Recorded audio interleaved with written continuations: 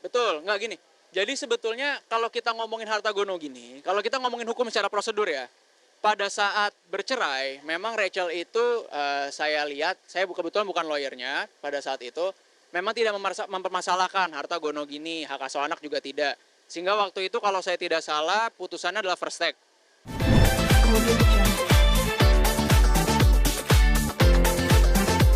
Terkait dengan saya pokoknya ada banyak lah, saya tidak akan bicara secara detail karena saya berfokus pada rumah ini. Terhadap rumah itu memang disepakati, ya udahlah kata Rachel, ini nafkah terkait anak, bukan nafkah untuk Rachel bulanan, jadi bukan istilahnya bukan uang bulanan lagi, tapi ya untuk anak disepakati untuk kedua orang anak senilai 50 juta rupiah setiap bulan. Ini adalah yang kita bilangnya kalau bahasa gampang istilah mandek, tidak dibayarkan untuk anak tersebut. Cuma sebagaimana kita di dapur lah, ya, makanya kita tahu lah istilahnya namanya dapur kan emang harus ngebul kan, nggak boleh bersih kan. Ya akhirnya ya uang yang mandek itu ya tetap dibayarkan oleh Rachel gitu. Karena terjadinya mandek ini cukup banyak, sehingga saya nih 2021 itu ada ya atas kepercayaan Rachel, atas kebaikan hatinya Rachel, akhirnya ya udahlah kalau yang seperti itu, meskipun kita harus kita bedakan ya.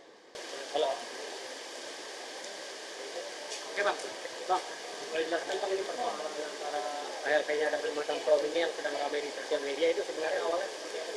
Tadi sih sebetulnya sudah saya jelaskan, cuma saya ini fokus berbicara terkait dengan masalah hukumnya atau potensi-potensi dugaan-dugaan ya kalau ini nanti ada tindak pidananya ke arahnya mana. Cuma yang saya ingin luruskan ini terkait dengan masalah rumah. Tadi juga mungkin saya udah 10 menit kali yang ngomong tadi terkait dengan kronologinya. Yang pasti ini terkait dengan permasalahan rumah, masalah kepercayaan sih, kembali lagi masalah kepercayaan dan masalah tentang tanggung jawab saudara Niko sebagai seorang ayah. Kenapa Rachel ini menunjuk saya gitu, atau ya menunjuk seorang advokat, kebetulan saya lawyernya. Rachel ini ingin memperjuangkan haknya. Haknya itu tapi hak untuk anak-anaknya. Dan juga Rachel di sini ingin ya mendapatkan keadilan lah, karena merasa apa ya, bisa dibilang kurang atas kebaikannya dia, ternyata kok malah semuanya malah menjadi dia yang dipojokkan lagi gitu ya, sehingga menurut saya nih masih ada jalur hukum bisa ditempuh gitu. Nah itu masalah rumah itu takarannya seperti apa sih bang? Itu kan kalau gini rumah bersama ya bang? Betul, nggak gini. Jadi sebetulnya kalau kita ngomongin harta gono gini, kalau kita ngomongin hukum secara prosedur ya, pada saat bercerai, memang Rachel itu saya lihat, saya kebetulan bukan lawyernya pada saat itu, memang tidak mempermasalahkan harta gono gini, hak asuh anak juga tidak. Sehingga waktu itu kalau saya tidak salah, putusannya adalah first take. Namun di bulan Maret, cerainya itu di bulan Februari 2021, di bulan Maret terjadilah kesepakatan kedua belah pihak. Itu ada pembagiannya memang. Terkait dengan aset ada beberapa, salah satunya rumah di Jalan Bank itu akhirnya memang sepakat untuk Niko dengan cicilan KPR yang ada sejumlah 52 juta rupiah atau 50 juta saya lupa. Lalu ada disepakati juga terdapat uang mut'ah yang harus dibayarkan oleh saudara Niko terhadap Rachel. Itu senilai 1 miliar rupiah. Dan yang terakhir itu juga ada disepakati nafkah anak yang merupakan kewajiban seorang ayah terhadap anak-anaknya. Itu senilai 50 juta per bulan. Nah ini berjalannya waktu lagi, ternyata tadi saya sudah sampaikan juga, nafkah ini apa ya istilahnya mandek gitu ya. Sempat di 2021 3 bulan tidak dibayarkan, 2022 tidak kurang dari 6 bulan atau setengah tahun tidak dibayarkan. Akhirnya ya mencari solusi mungkin ya, ini akhirnya kesepakatan. Ya udah dari saudara Niko menyampaikan bahwa udah ini rumah kamu ambil aja, rumah yang tadinya hak saya gitu kan. Kamu ambil aja.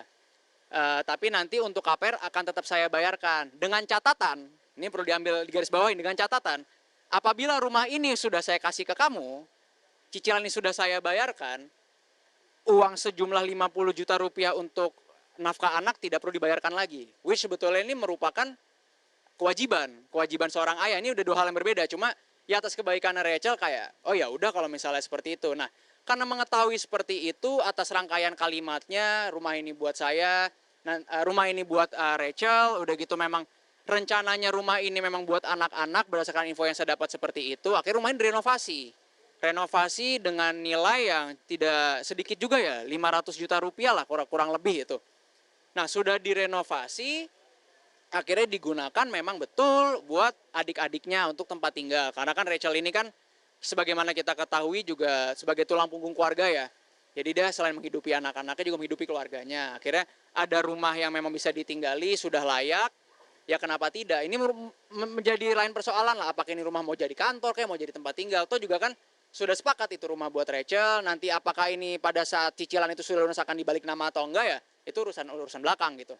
Nah ternyata yang menjadi masalah ini akhir-akhir ini kok disinyalir ada banyak orang bang datang, nggak cuma sekali, ada orang mau ngeliat rumah, yang notabene rumah ini akan dijual. Jadi kan ya merasa dirinya bisa dibilang mungkin ditipu, bisa merasa dirinya dibohongi. Nah di sini ya kita melihat ada potensi-potensi dugaan tindak pidana. Cuma ke depannya apakah kita akan melaporkan apa tidak ya kita lihat aja sih nanti. Gitu.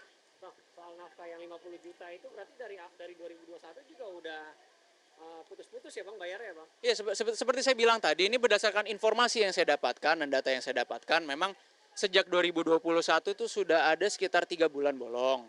Di 2022 ada sekitar hampir 6 bulan lah, tidak kurang dari 6 bulan bolong. Sehingga yang mencari solusi ini bagaimana ya, salah satu solusinya tadi, rumah yang tadi merupakan haknya saudara Niko, yang memang dibayarkan Niko, kita switch aja lah, kita tukar aja lah. Tapi kewajiban-kewajiban untuk membayar nafkah ini di waive gitu. Bang, tapi udah ada omongan bang sih bang beberapa pihak ini ada mediasi lah gitu secara mungkin via chat atau telepon gitu. Saya kurang tahu ya, sampai saat ini sih belum. Tapi ya kita lihat ke depannya seperti apa, karena berdasarkan informasi yang saya dapat juga, saudara Niko juga informasinya telah menunjuk seorang lawyer. Saya juga belum tahu lawyernya siapa, cuma hingga saat ini sih kalau pertemuan kedua belah pihak belum ada sih. Gitu. Kalau respon dari Niko sendiri bang atas celotehannya atau omongannya Kak Reno? Wah, saya kurang tahu. Kalau itu pokoknya kalau masalah terkait sosial media atau apa, saya nggak mau terlalu ikut campur. Itu di luar kapasitas saya juga. Itu bisa ditanyakan ke orangnya langsung lah kalau itu. Tapi nggak saat ini posisi rumah itu masih ditinggali sama orang Rahel? Betul, masih. Sampai saat ini rumah itu masih ditinggali.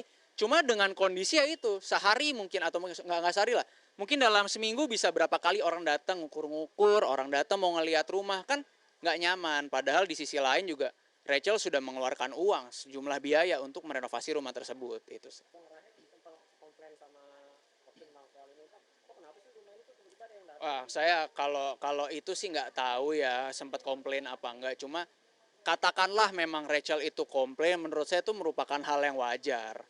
Ya dia udah bayar, udah sepakat, memang ini juga rencananya rumah untuk anak-anak, tiba-tiba jadi mau dijual kan. Ya pasti kalau misalnya rasa kecewa pasti ada lah. Tapi saya secara spesifik saya nggak tahu. Bang, ini kan tadi abang bilang sendiri bang, ada unsur pidananya juga bang. Berarti udah ada rencana untuk melaporkan kapan atau itu udah diskusi sama? Ya enggak, kalau ini sih ya kita lihat lah ke depannya sejauh mana kan.